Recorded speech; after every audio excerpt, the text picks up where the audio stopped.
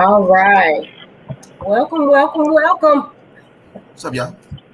It's your girl Deanna C, and this is the second episode of the 5678 podcast. All right, so you guys make sure that you are sharing. Those of you that are viewing, make sure you tag some friends into the video because we have a lot of things that we're going to discuss today. We have two special guests that I will introduce shortly. It sounds like we have three special guests. Right. But that is okay. Uh, so I have a little housekeeping that I have to do.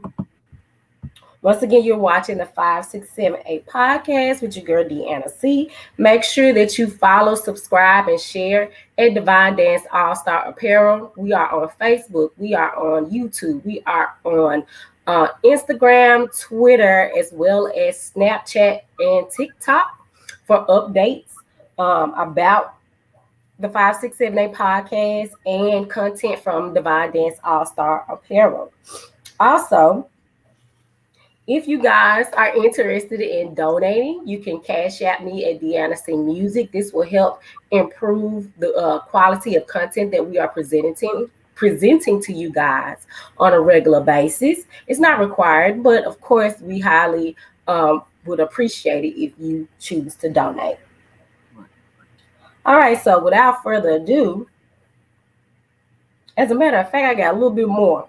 So if you guys are interested in having a dance mix done, I do dance mixes starting at $30 for parade, pom, cheer, hip hop, all majorette categories. You can email me at divinedanceallstars@gmail.com, or you can follow me at Divine Dance All Star Apparel. If you are in need of a dance logo or emblem or a crest, you can also contact me for those as well. And if you need flyers done, I do flyers as well. You can hit me up at divinedanceallstars@gmail.com or at Divine Dance All Star Apparel.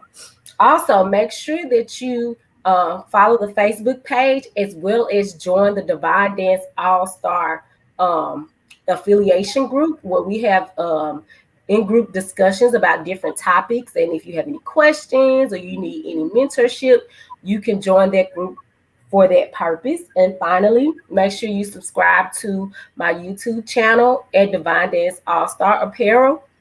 I do tutorials on how to make your own uniforms, as well as give background information about the majorette community and educate you on different topics related to the majorette community. Now that we've done that, it is time to introduce our guests. At the top, sharing the top side with me, we have Mr. Corey Isaac. So Corey, go ahead and let the people know who you are and what services you offer. Right. Thank you for having me. First of all, thank you, Deanna, and thank you for the platform. I just want to say that if you're watching, if you haven't been watching, last week was a great show, and I think that we have to start sharing this. If you can share this, please like, subscribe, and share for her. I think that we need to push each other more on that. But my name is Corey Isaac, as she say. I'm a postal worker, veteran postal worker, been there many years. Father of two. Tamia Isaac, she just graduated college 2 weeks ago, and my son, he's headed to high school. And so like I said, work at the post office, been doing events, had a microphone in my hand since I was like 11, 12 years old. Started with talent shows, doing talent shows, announcing sporting events, basketball, football, doing things like that.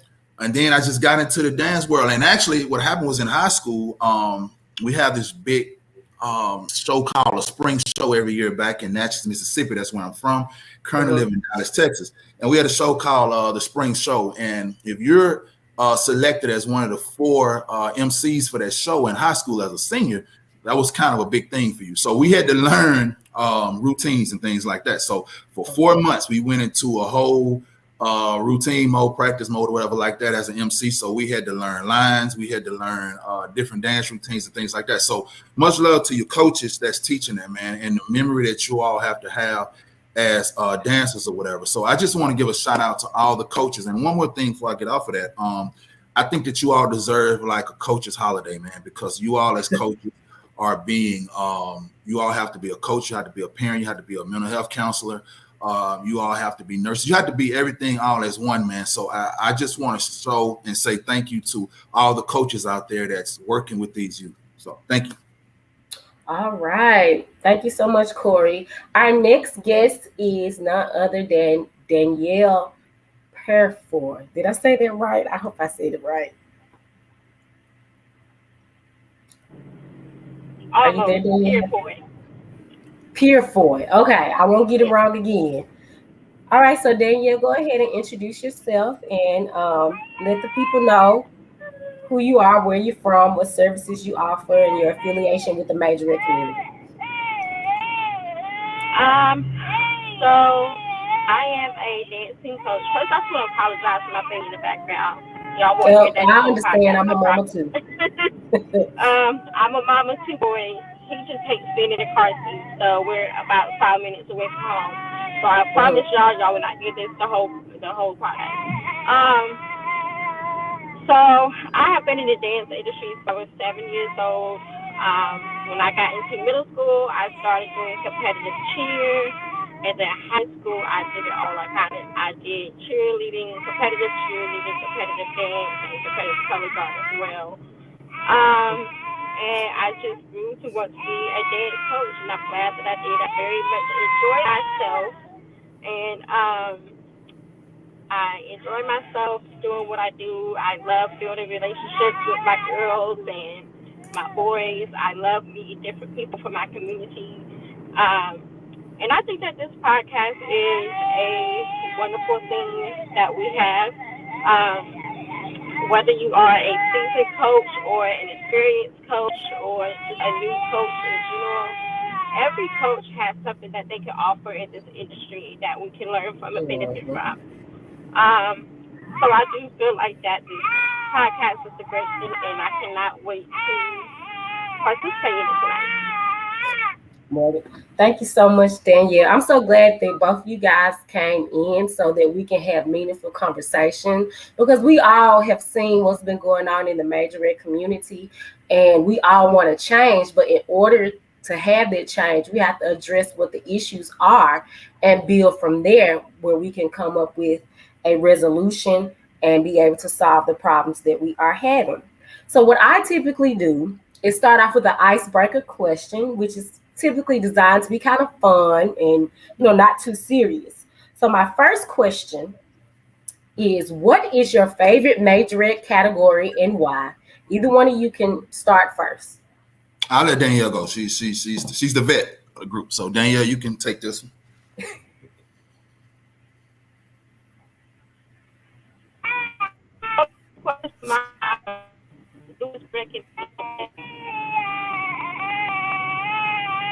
Well, can you say that again? You were breaking up.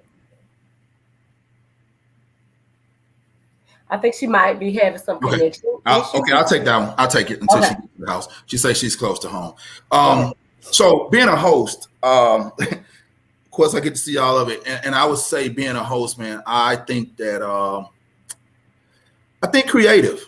I think I like creative because what it does is you get an opportunity to see the creativity of a teams. You get to see when you see the creativity. I like it when teams go back and they take it back to the 90s, and they may bring that Danish music out. They may bring the 80s music out or whatever like that. So I think that I like creativity because it just shows, it's more work put into it. And I think that it just shows how much you thought the process out. So creative for me. I was going to say creative as well for the same exact reason, because I like seeing the props. I like to see the different music selections that they may choose, especially like when they do tributes to like Beyonce, Michael Jackson, Lady Gaga, Sierra. I like to see those different types of categories and dances. My second favorite would be stand battle, actually. And the reason why I say stand battle is because I like the energy Right. that is given. It gives like the street battle. True. And that's where a lot of us have learned how to dance, was from the streets, battling our friends and stuff. And it really doesn't have, stand battle has gotten to a point where there's not a lot of restrictions Right. with stand battle. It's almost like anything goes with stand battle. And, I really like to see what the teams come up with. I will say that, we have gotten to a point where we do too many tricks and not enough dancing. True. However, the essence of stand battle is really, really great. So those would be my two favorite categories. If Danielle, if you're still here and able to come on, you can let us know what your favorite category is. My favorite category is one of them is creative dance, Uh-huh. and I like creative dance because it allows the coaches or choreographers, whoever of the program is doing the creative dance, to really self-express and to allow dancers to self-express themselves. And some of the things of the creative dance can be really unique and different, and I just love watching it. Um, I remember a local woman here. She did a whole Caribbean theme. She even had like silk dancers come in, and I felt like that was something very different and unique to add to the competition industry because that's not something that we are used to seeing. Um, that being said, my next favorite is I like stand battle. I really do, but I just don't like all of the tricks in recent years that Yeah. have kind of overtook the dance portion of it. I understand that for a lot of judges, tricks means extra points, but it Mhm. shouldn't mean that if the team is 90% tricks that they should get first place because where's the dancing at? That's my thing. Yeah. Um, I I think think we can the all dancing agree. part of stand battle. Okay. All right. So we all kind of on the same line with the categories, with creative being our favorite and then Right. stand battle.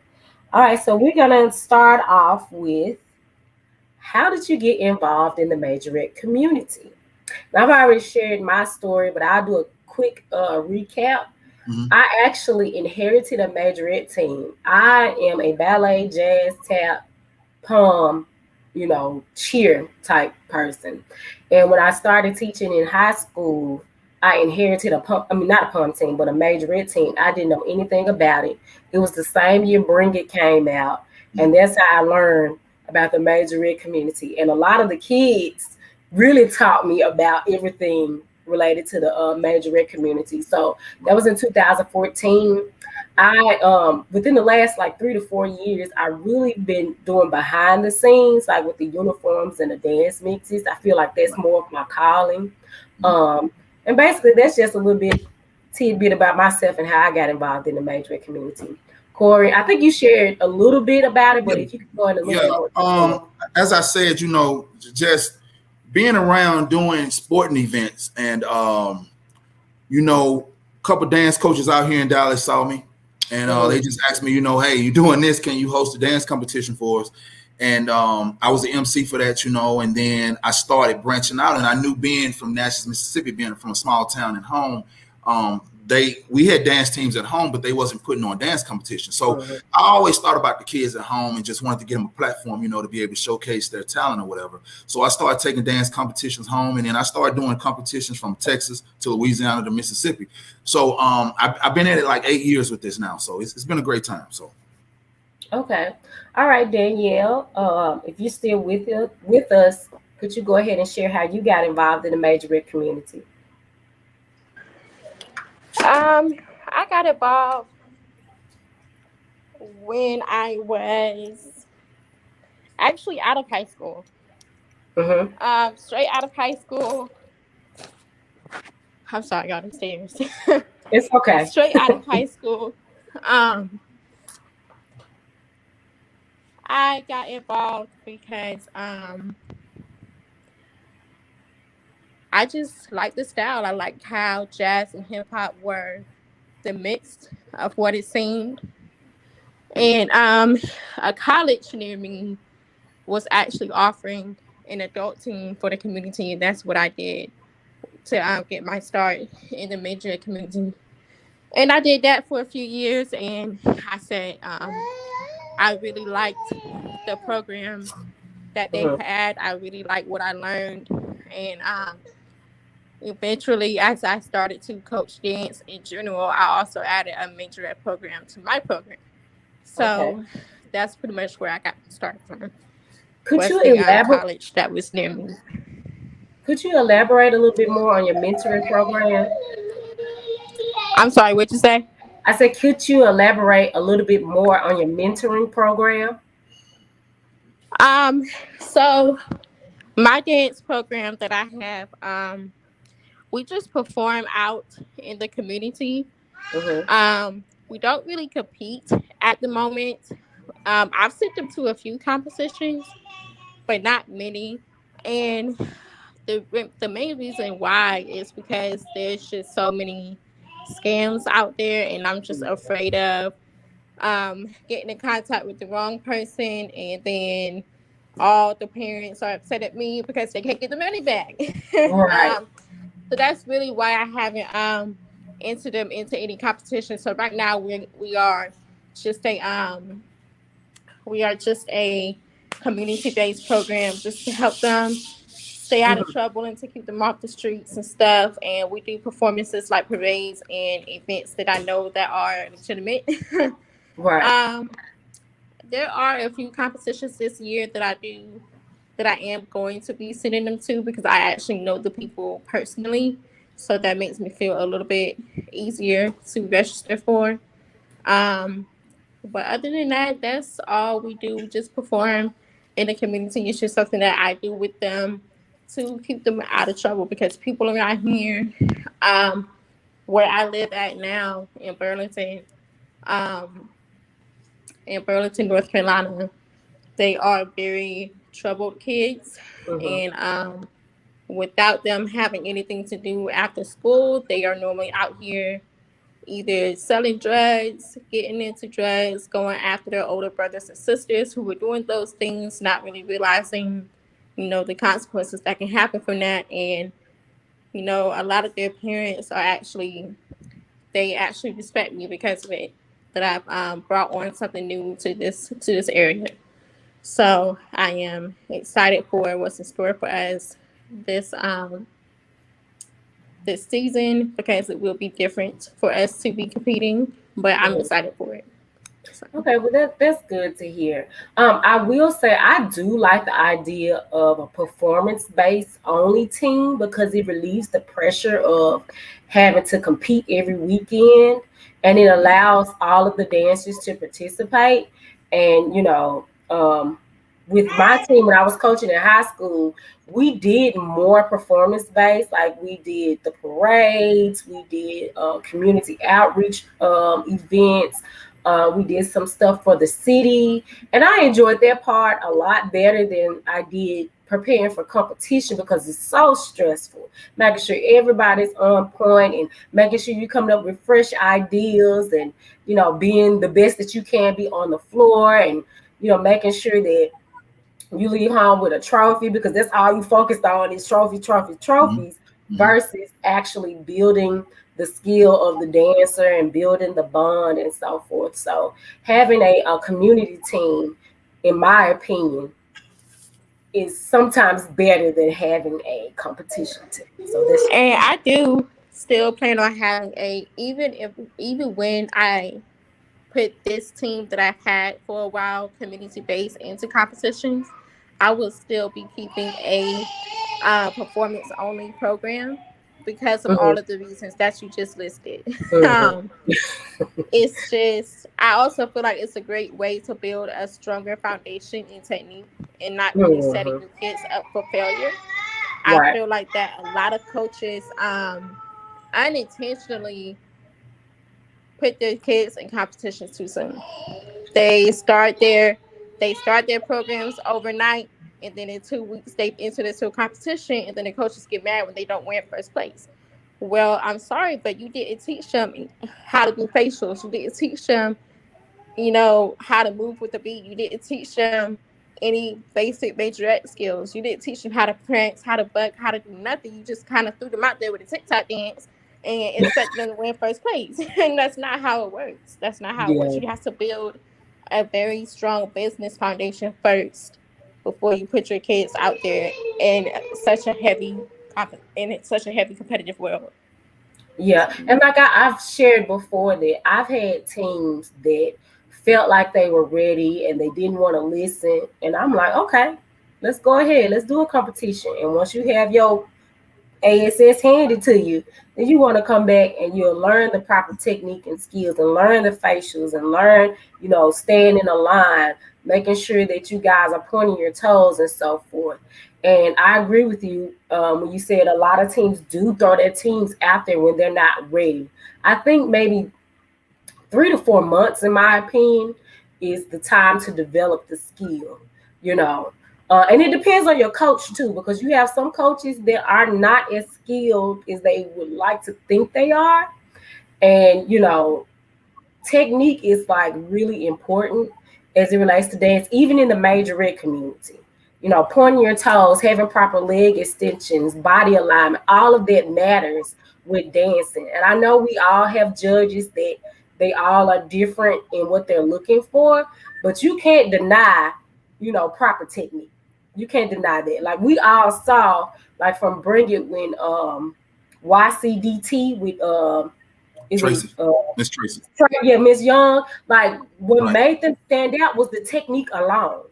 Right, most definitely. Then you add the hardcore choreography. Then you add the stunts, and they were winning. And I Right. think that's what really shocked those girls on the TV shows that, at the time they had a lot more stronger technique than they did. I love Diana Williams and her dolls, but the other dance team, they had the technique at the time. And I really feel like that,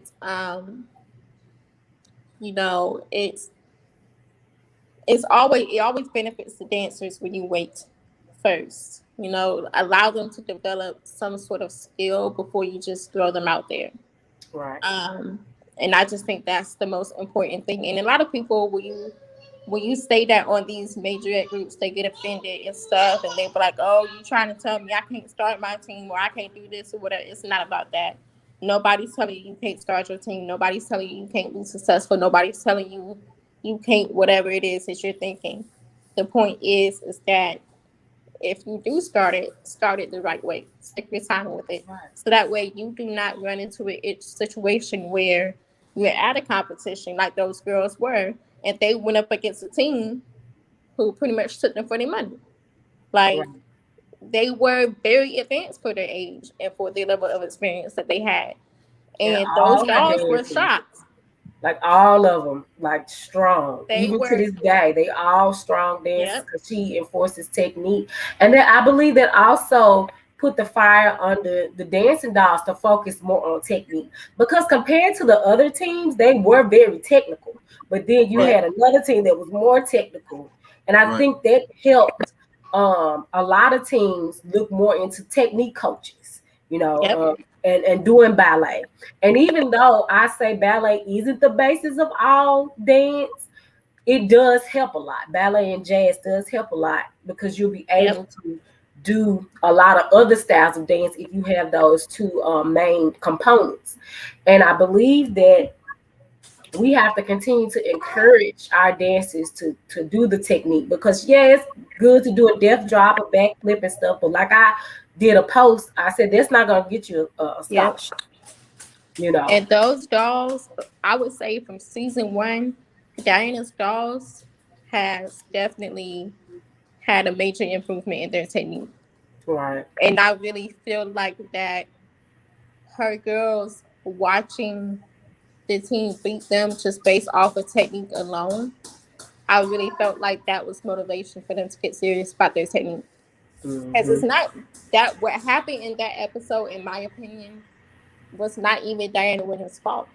Because I remember in previous seasons and in previous episodes, She stayed telling them what the judges were, giving her feedback for it. She stayed trying to get them to um take technique seriously. But it took that team to come in their faces with that routine that they did for them to be like, oh shoot, she was serious.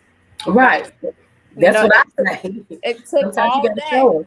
for them to say, oh shoot, my coach was serious. We Mm. got to get serious about this technique. And ever since then, they have had a major improvement in their technique. And now some of them are dancing for some of the most prestigious college lines there are. And that's because they decided that, okay, I need to buckle down and take my technique seriously if I want to make a success in this industry. And see, that's the thing. I get a lot of inboxes from dancers in their senior year. Can you help me come up with a routine to try for JSU, TSU, or Southern? Can you do some technique classes? And in all honesty, by that point, it's a little bit too late. Your senior year, I would say maybe freshman year you could develop technique, maybe your freshman sophomore year.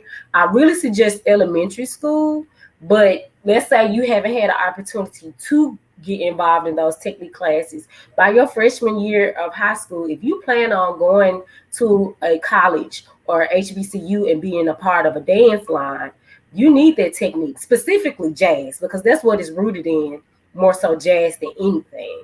And I just hate, to have to tell the young ladies, well, I can try and help, but just to be all the way 100, if you haven't built those skills already, it may not happen. Maybe you need to take a year of dance classes first and then try out maybe your sophomore or junior year in college. And I just wish more parents and more coaches would emphasize the technique of it. And I think a lot of it has to do And I with feel like you not knowing. I feel like that a lot of dancers and students that want to be dancers, their bodies, understanding anatomy in dance is also important. Mm-hmm. Their bodies stop growing at a certain age. And I'm not gonna say stop growing, but they stop growing a certain way at a certain age. And you're not gonna have but so much flexibility at 18 years old. You're not gonna have but so much technique at 18 years old if this is your very first time dancing.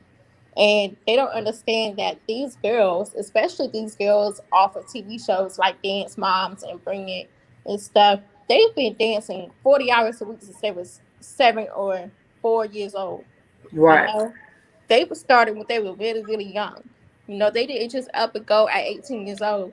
Oh, I want to do this and that, so I'm gonna take class and expect something to happen overnight.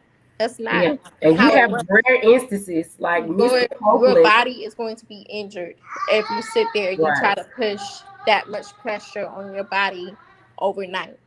I wanted to point out that you do have some rare instances like Misty Copeland. I think she didn't start until she was like 13 years old, but she's a what we call a protege. Yeah. She was just she even started, I think she was dancing a little bit before that, just not really taking it seriously. Right. Until around that age. So that still, even in her case, it still made it a little bit different. I don't know a single person personally that said at 16 years old, I want to become a dancer, and then within a year, they were a professional. Yeah. I can see in hip hop maybe, but in majorette and ballet or jazz and stuff like that, it will be very difficult to do so. Corey, you pretty quiet over here. Oh no! I'm taking this all in. No, I was gonna say that what I'm seeing. So you take it, like I said, I live in Dallas, so of course now I live in Dallas, but been here 20 years. But you have teams that can get studios or whatever, and they're practicing so many hours a week.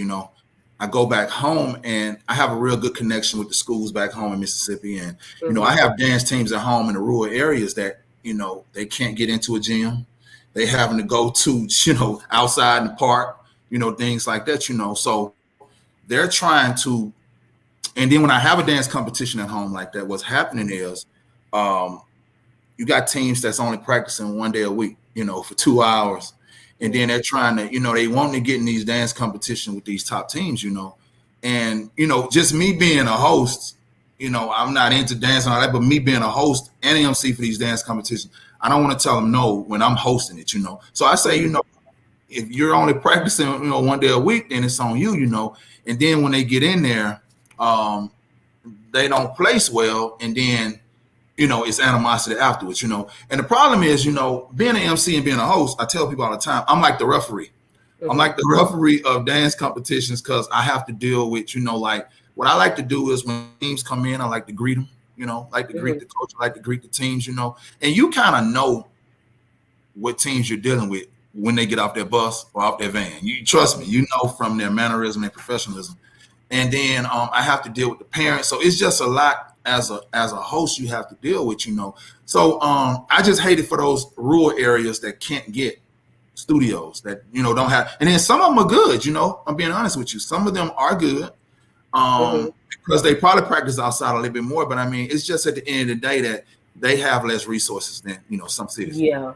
And that's one of the reasons why I'm doing the podcast and trying to build the brand to help those specific people that don't have access to those resources. I mean, we have a lot of majorette groups. Danielle is one of the admins for what's the name of the group? The new It's majorette the new majorette dance group, I think. Yeah, it's the new majorette dance group. If you just search the new majorette dance groups or anything in that context, it will be one of the first groups to pop up, because we are very large. Yeah. And majorette what dances you're doing. And I'm not gonna lie, like a lot of those groups, that's how I was able to find competitions and learn some of the things that I needed to learn about the majorette community. Now, granted, I had the background and the basis of going to a competition and how you're supposed to look and how you're supposed to carry yourself, but just the extra things that I didn't know related to the majorette community. Those types of groups were very important and very vital. So anytime I come across anyone that needs help, I give them whatever resources I have, including those groups, because it feels good to have somebody else to talk to and share, your plight and your issues, your triumphs and your failures, so that you won't feel like you're alone. Because a lot of the coaches feel like, am I the only person that's dealing with this? Am I the only person that has to deal with crazy parents or kids with attitudes and stuff? And you're not. Like, we have teams all across this country and even internationally now, majorette teams, where we're all dealing with the same thing. So, my goal is to help, bring us together as best we can. We can't bring everybody in, but those who want to be a part, those who want to cooperate, build a camaraderie and a system to where we can be respected on the same level as UDA and UCA and some of those other traditional dance groups.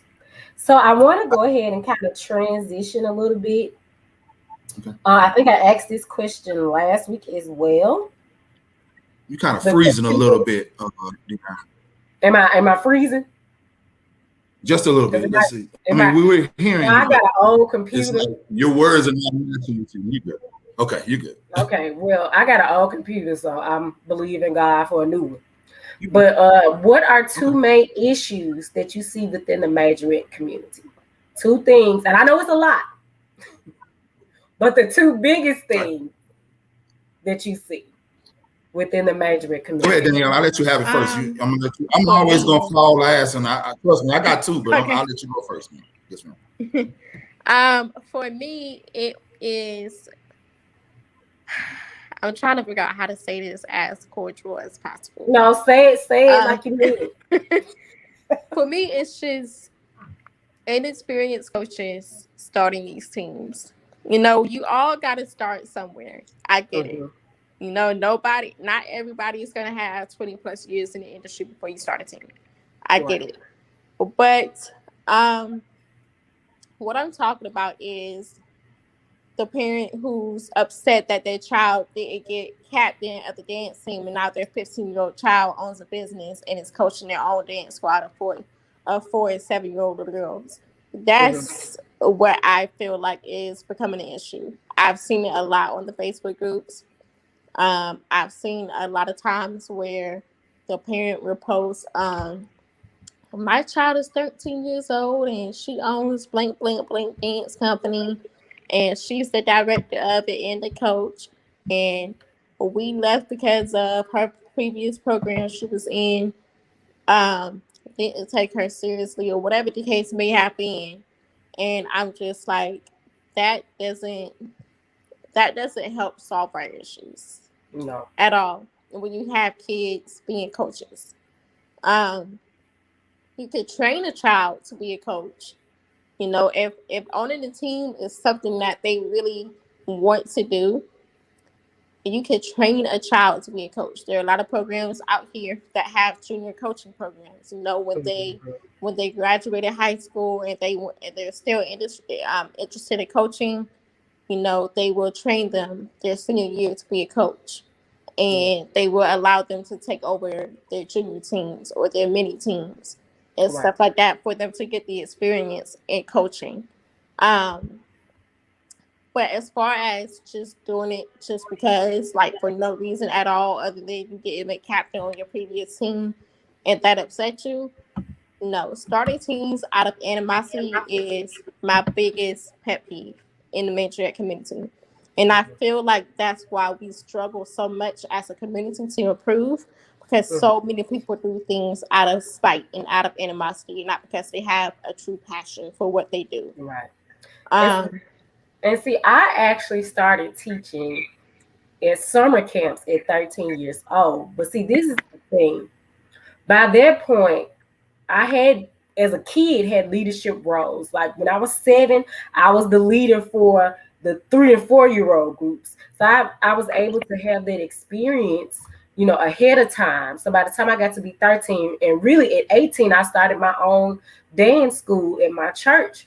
I had already had the experience of being captain or being the leader and helping choreograph routines. And a lot of those girls don't have those experiences. Like you said, with them learning those leadership roles and then, you know, being able to lead those other girls. And I agree with you 100% about those teams being started out of animosity.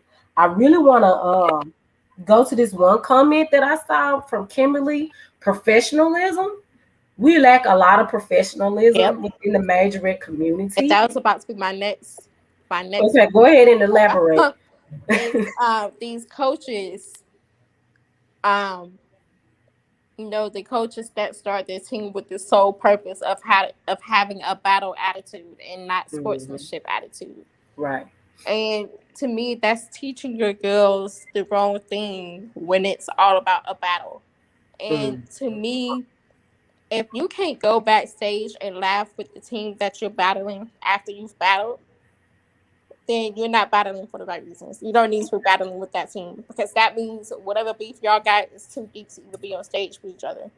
And you're going to affect other programs that are there, all because you want to take something a little bit too seriously.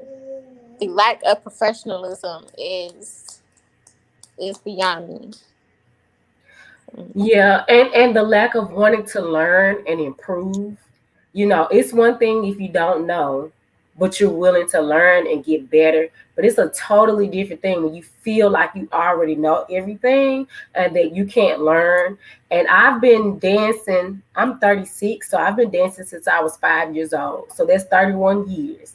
I've been teaching since I was 13. So that's 23 years of teaching.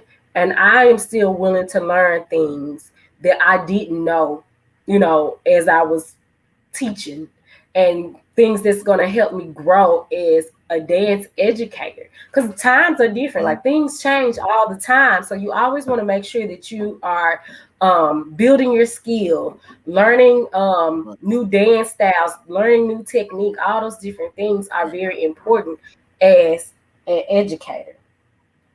And I'm gonna read one of these comments. It says, "Sportsmanship is everything. We just came from a competition, and we were cheering for everyone. They were looking at us crazy." Well, see, Latasha, you were doing the right thing, because that's what it's about. It's about the children and about supporting the kids and the community. Even though you want to win, that's not the priority. It's about having a positive outlet for our young kids, specifically our Black children, because we don't have Yeah, I as was gonna many speak on that. resources as our white counterparts. Right, Okay, Corey, go ahead and chime in. right.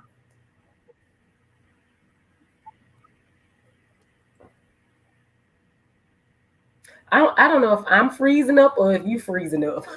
Right. So what I was gonna say, I say all the time, I'm moving. I think, okay, you're freezing. Am I good now? What we got? We good? Can you hear me though? Feeling like I'm freezing. Can you hear me? Can you hear me, I can Dan? hear you. Okay, can you hear me though? Can you hear me? We good. I can All hear right, you. so I take so I take like lack of unity, and when I talk about it, like your podcast right now, people want to see you do it, but see you do good, but they don't see you do better than them. And my thing is, we're at a situation where everybody, when you post that in the majorette group, everybody should be sharing your podcast. I feel like when a person put out a flyer, in the group, we should share that flyer. You know what I'm saying? My thing is, if you're in New York and you post it, why can't we share it? And it's all about, if you can't attend that event, why not share it? And my thing is, when I host or when I'm the MC for another team's dance competition, what I always do is I always say, I give out the house rule, where restroom, concession stand. Of course, I tell them not to walk during the competition when there's judging going on. I also talk to them about courtesy.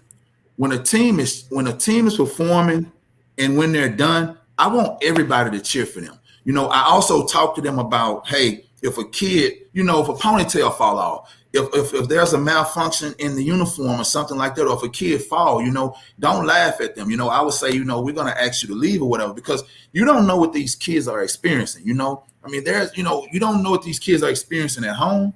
And what's happening is, if you're sitting there laughing at these kids, that's ridiculous, So I think the lack of unity, and then I could tell you, like, one thing I can say, like, Next Level Dance in Dallas, Texas, Toria Wright and Miss Nyree Preston are over them. And when I do other dance competitions, I have been their host for the last 5 years. But when I do other dance competitions in the area, if they are not performing at those dance competitions, they go to them and support them. And that's what it's about. They drive across town and they support them, and I just think it's lack of unity. And I think at the end of the day, I just think that professionalism, like the other young lady said when she put a comment up. And I want to add to what you're saying. I think we all want everybody to be involved, but I think to get things moving forward, we have to work with who wants to be involved. We're not going to be able to reach everybody. You're going to have some that feel like they know everything and want to do everything on their own. So my goal is to get as many people as we can that's willing to participate and work with one another and build each other up, and share our resources with one another. I know that there will be a lot of people that don't want to participate, and I'm okay with that. I'm okay with not having everybody. I know that there will be people that want to start their own thing. That is perfectly fine. My goal and my focus are on the people that want to work together and the people that want to cooperate. And I know with me starting this podcast, I know I wasn't the only person or the first person to try and start a majorette podcast, but I will say that I know that there's going to be other people starting podcasts, and that's okay. Just like with me doing my YouTube channel, there are other people that are now doing YouTube channels showing people how to make majorette uniforms and so forth. That's perfectly fine, because I'm all about educating and building. As long as it's not done in malice, and long as the intent is good, I'm all for it. I'm not against anybody copying or being inspired.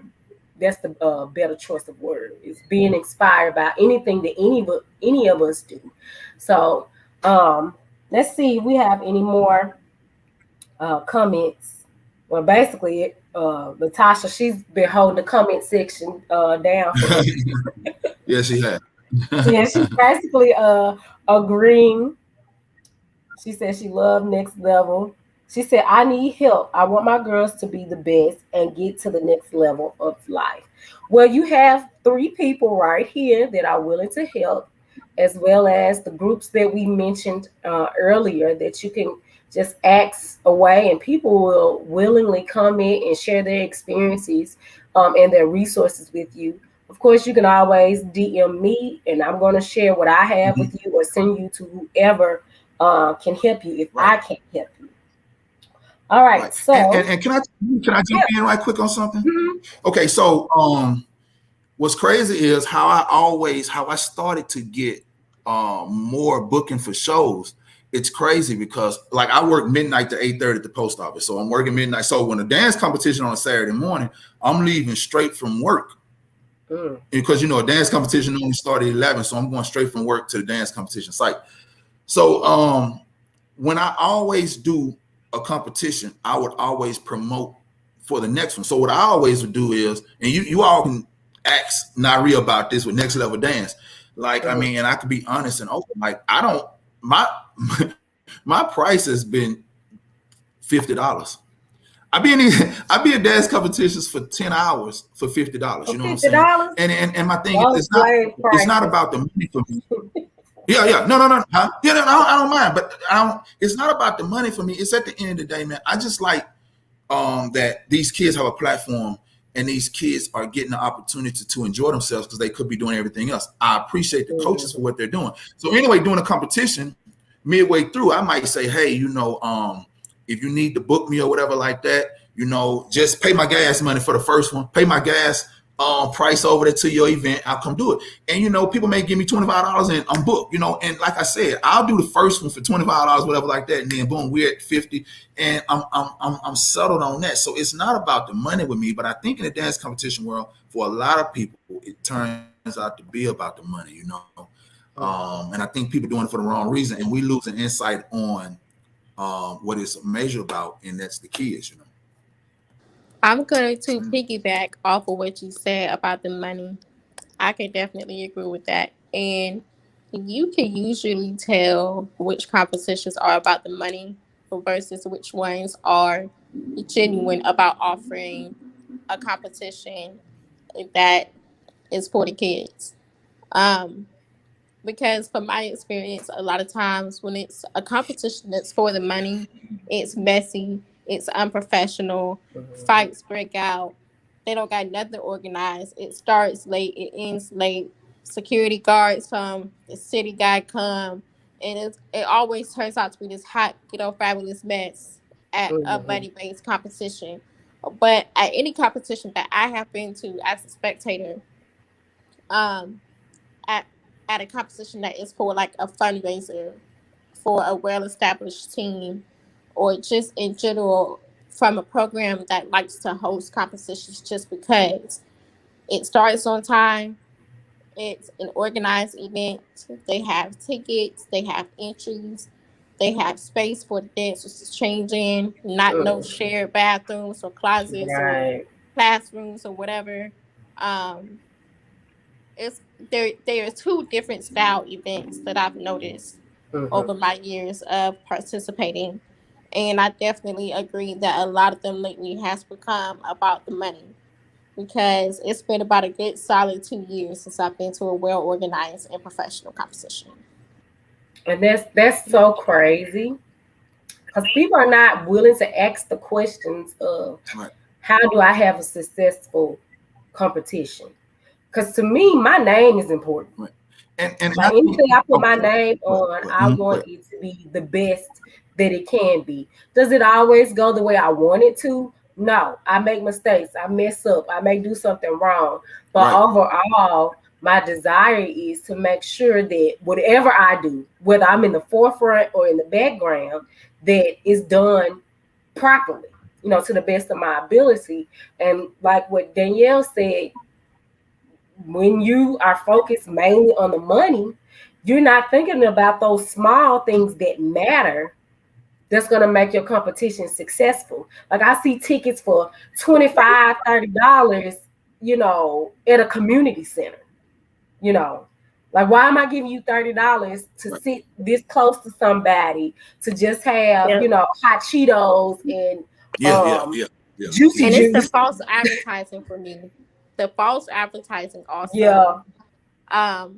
Also kinds of set me on edge when I'm looking at flyers and looking for competitions to go to. Because what I always do before I decide to take my girls potentially somewhere to compete is that I always go and watch different competitions myself, so I know if the event is A, for real, and B, professional. Because I'm not putting my girls in mess. That's just one thing I'm not doing. I'm not putting my girls in mess. And if I feel like it's mess, or if I go there and I can physically see that it's mess, they're not going. Right. But I feel like that the false advertisements on these flyers, it's got to stop. And it got so bad to where Diana Williams had to call people out for it, because they would be sitting there using her girls as if they were coming to the event. And I'm like, that's not right. Use your own dancers to promote your own event. Stop using other people's dancers that say otherwise, because then it comes off as, oh, these girls are going to be here for these events, I want to go. Or whatever the case may be. If you are not going to have so-and-so at your event, do not put them on the competition flyer, because to me, that's false advertising. And that sets a tone for me as to whether or not I want to register for your event. Go ahead, Corey. I think also if you're going to be inviting 10 teams to your event, you need to have 10 different dressing rooms.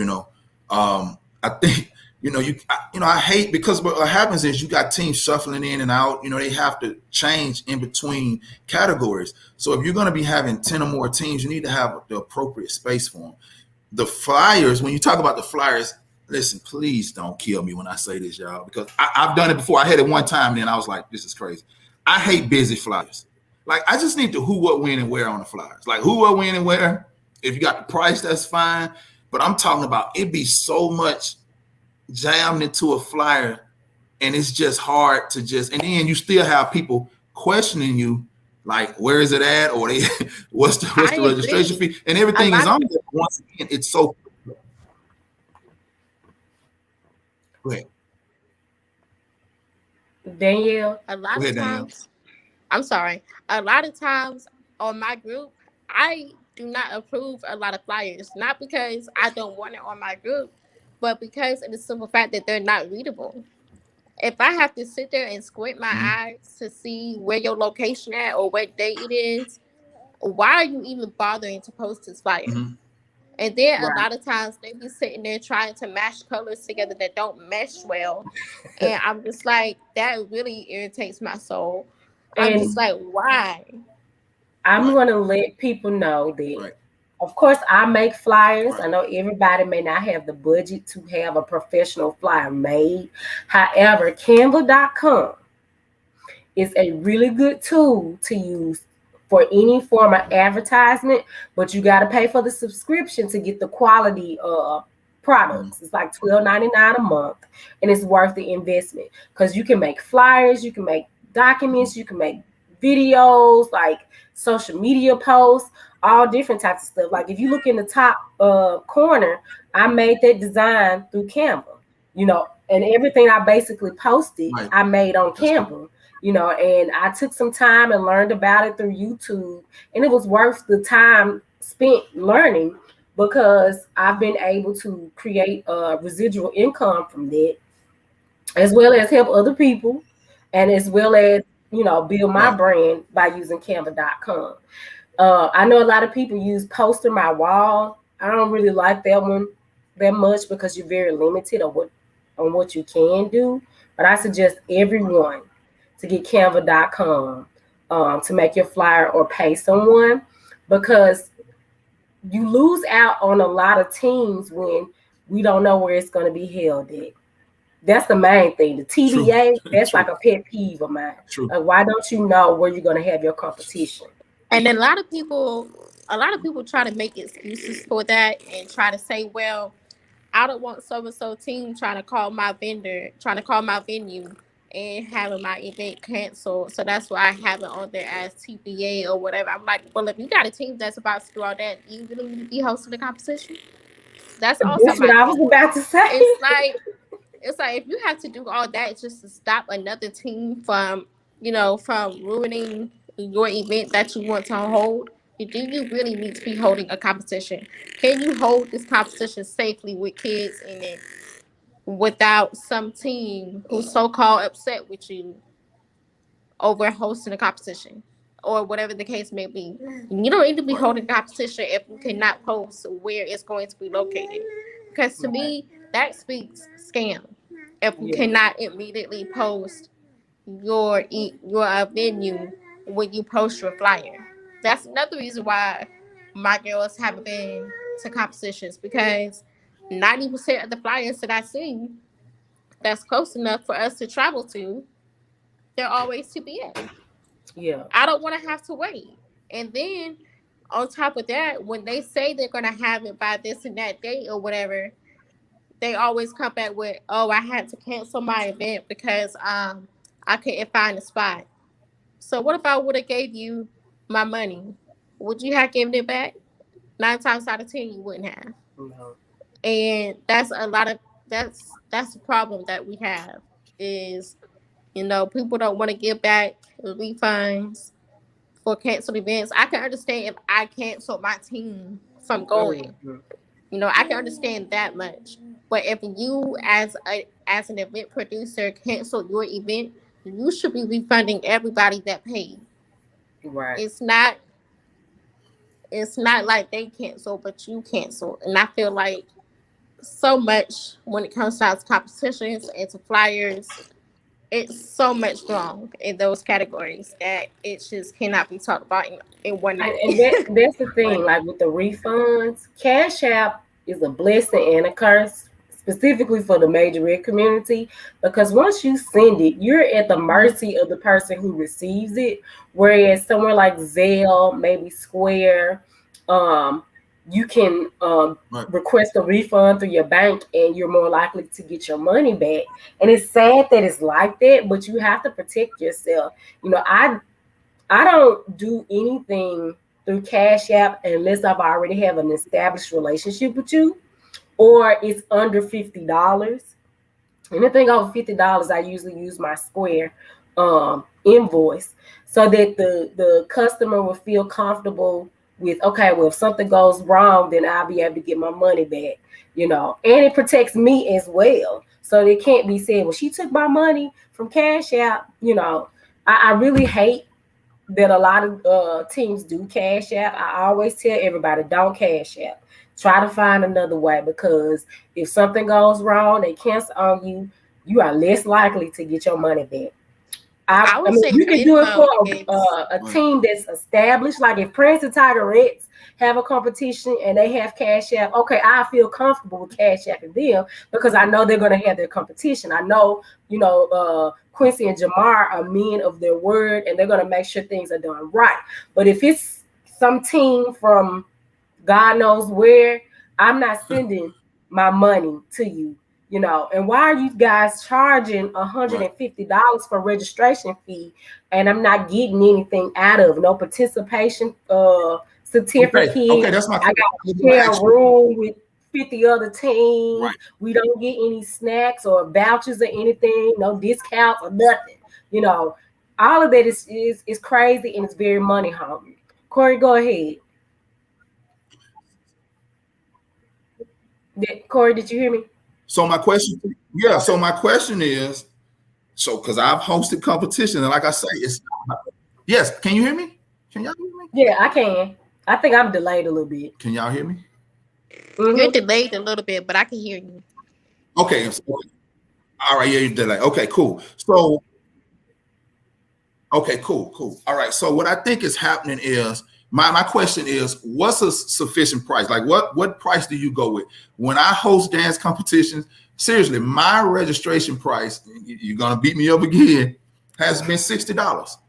My registration price has been $60. And I even, when they get there, I get the building open like 6 a.m. So if teams get there, I say like 9 a.m., I would get them I would have, donuts and, orange juice and fruit, things like that. So what's a sufficient price that you would say for registration? And then far as the price of the tickets, what price would you give?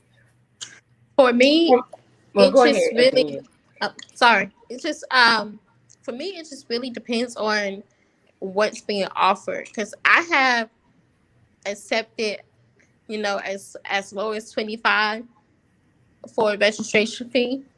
And I have accepted as high as 125 for a registration fee.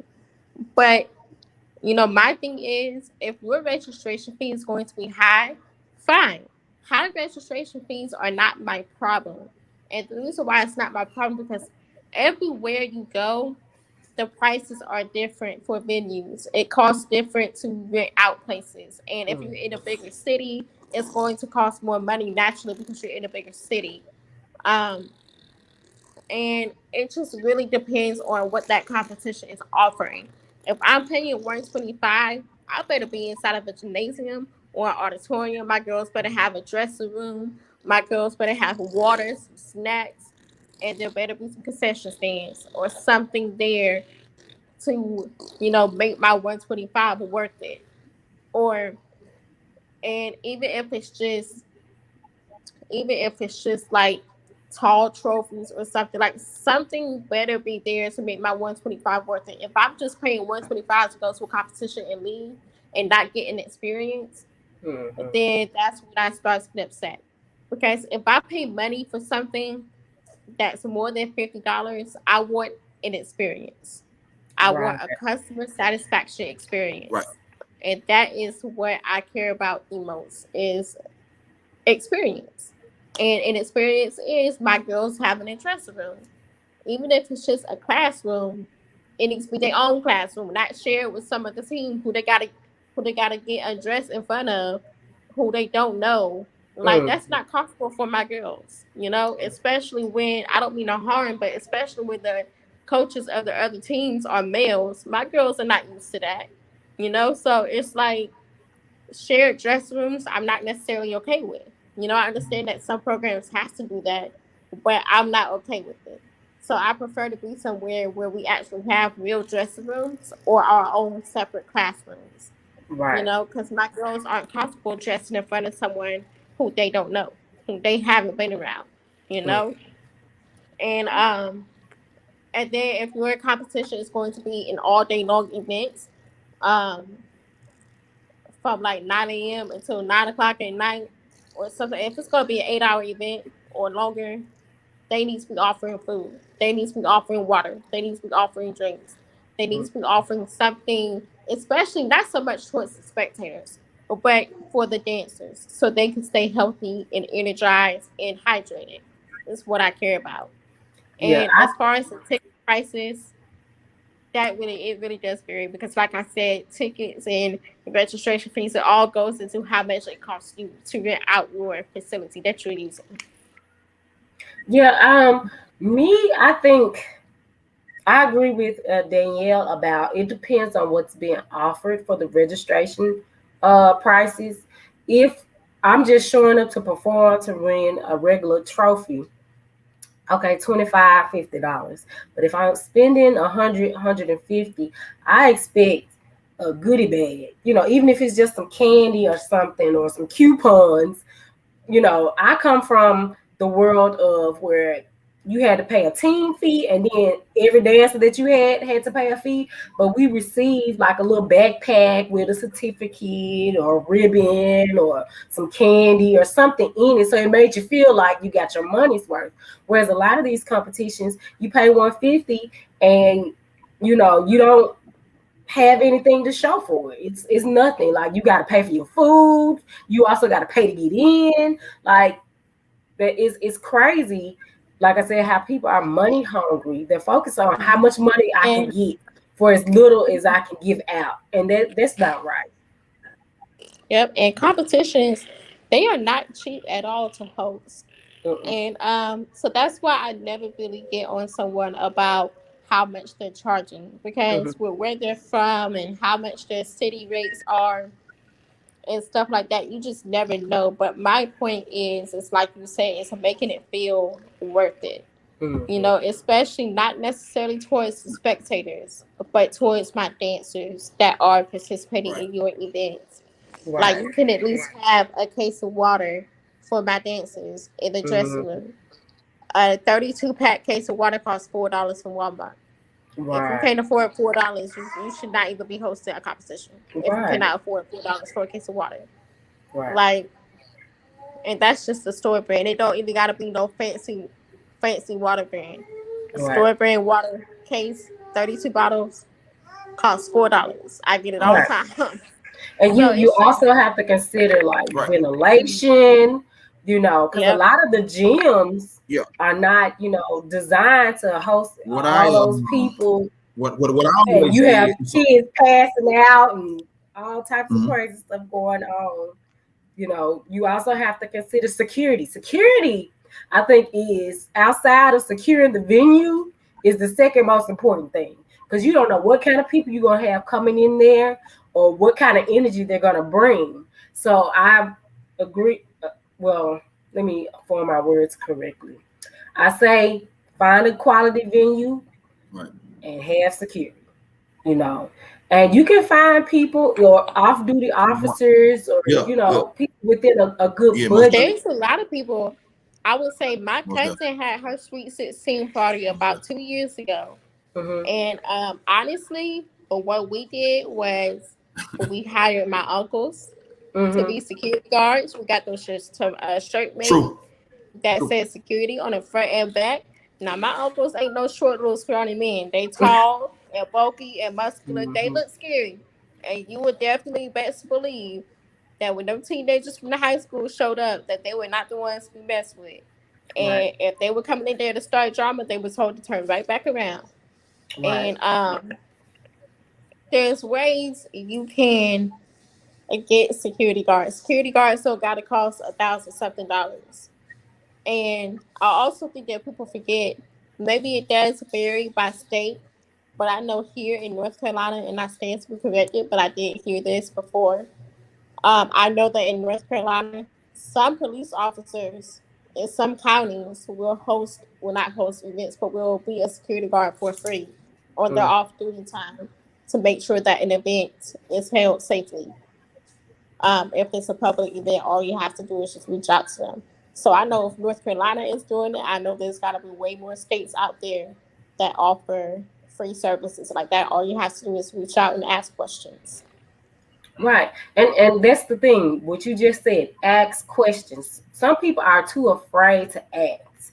Now you do have some people that's real secretive and don't want to share their resources, but you have way more people that are willing to share their information. And that's why I think it's very important that if you are a new team member, a new team, that you get involved and join these different groups so that you can learn these different things that you may not even think of. Some people don't think of, oh, I need to have security, or I need to make sure I have a venue that's well ventilated. I need to make sure that I have enough space or rooms for the teams that I have. I need to make sure that I have water for my teams, make sure that I have a proper DJ, make sure that I have a quality host, make sure I have experienced judges. A lot of people don't know this information. And this is one of the reasons why it was my desire to start this podcast. And it won't be the only thing that I do, but one of the several things I plan on doing to help bring awareness and educate the community. So, with all that being said, it's about time to wrap up the show. And I just want each of you guys to, give your last comments that you want to share, how people can connect with you through social media. I would suggest that you type it into the comments so those who watch the replay, they can follow you and so forth. So any information that you guys want to share with the people, you can go ahead and do that now. Either one of y'all can go first. Oh, so I don't really have much, but I do have the dance group page that I admin. It's the new majorette dance group. That's what it's called. If you type in anything about new or majorette in the search bar, it will be one of the first groups to pop up because we are one of the largest groups in there and one of the most actively participating groups Go in ahead, Daniel. there. I'll give it to you first. I'll take it last. I think he was delayed just a little bit. So it's always one of the first ones to pop up. We have a topic almost every week that we talk about. It's been kind of quiet in there lately, but I've been working every day from 9 to 6 almost, and then even on my off days I'm working. So I haven't been able to really keep up with it like I used to, but I'm about to start getting back into the swing of things. So if you want to join, you can. Just make sure you answer all the questions so I can make sure that you are legit in the dance world and not someone that's coming in there that's not supposed to be in there. Right. Um, and I also do, for my personal self, I also offer a lot of choreography camps. I do travel. Um, my summer is not booked yet because I haven't advertised anything, but I will be soon. So if you are interested, make sure that you inbox me. And that's pretty much it from my end. Okay, make sure that you type that into the comments for those who are not watching, because we have more people that watch the replay than the actual live. So I want them to have access to that information as well. So Corey, go ahead and share your Okay. info with everyone. Yo, no doubt. Once again, Deanna, thank you for the platform, man. I really think that it's gonna grow. This is the second episode, and I think that if you're watching, if you're gonna watch, man, please support the young lady, man. She's doing great. We just met, I want to say 3 weeks ago. I have a radio show actually called the Blueprint Radio Show, and I had Deanna on last Wednesday, 2 weeks ago, and she did a great job, man. So it's just great to connect. And what's crazy is I had an opportunity through you, Deanna. I think a guy, Tony Groom. Am I saying his name right? Tony Groom. And man, it's all about connections and networking. And we called each other. Man, it was like 3 a.m. the other night, and we talked, and we just put some stuff in the atmosphere about things that we want to see happen or whatever like that. So I just want to say thank you to you. To the dance coaches, I want to say thank you to the dance coaches. Once again, you all are not only coaches, but your parents, your nurses, your mental health counselors, and you're also moms out there. So I want to say thank you to you all as well. All the hosts and MCs that's hosting these shows and being an MC and the DJs most definitely, and all the way down, can't say all the way down, for the custodians, and then just the kids alone, man. Once again, it should be about the kids. My Instagram is Corey Isaac, CoreyIsaac, the Blueprint. So that's Corey Isaac, the Blueprint, all together. On Facebook, you can find me at Corey. Last name is Isaac, Isaac. I am dark skinned guy. I'll have a Yankee hat on my profile, but you'll find me or whatever like that. I keep the Yankee hat on. But, other than that, man, Deanna, I really, really, really appreciate it. And most importantly, man, please share and support each other, man. Deanna, I'm gonna be quiet in a minute, but let me just have a minute, Let me have a minute, but just a second. Please, y'all, just like if somebody have something going on, share their work. Share their competition. If you don't want to take your team to perform, if you're around a block from, go spend a couple dollars and go see them. Because like I'm into sports as well, so that's almost like scouting. So you get to go scout that team because you never know if you might meet them in a competition and you get to see what they're doing. So you get to go scout on them and get to watch them, but you supporting them. And then when you at these dance competitions, if your team is not on the floor and another team's performing, clap that team. It's okay to clap. I told y'all we are like, we want people to do good, but not better than us, and it's crazy how, I don't have to name people, but I reach out to people for interviews. I reached out to Deanna, man, and she was just on it quick, but I reach out to people for interviews, man. I'm talking about people in the dance world, different other celebrities, whatever like that, and people ignore me, or people say, oh, the platform is not big enough, whatever like that, and it doesn't discourage me. It just go to show me that sometimes people get to a level, and they forget where they come from or whatever like that, So off of my rant, man, Corey Isaac on Facebook. Deanna, thank you very much. And also, Ms. Danielle, thank you for being on here with you as well. I really appreciate you all. No, I really appreciate you guys taking the time to help me out, to help me build my platform, and help educate those listeners and people that are watching. Once again, make sure you guys follow, like, share, subscribe to Ed Divine Dance All Star Apparel. We will be back next week with another episode. Um, and if you have any questions, comments, feel free to hit any of us up.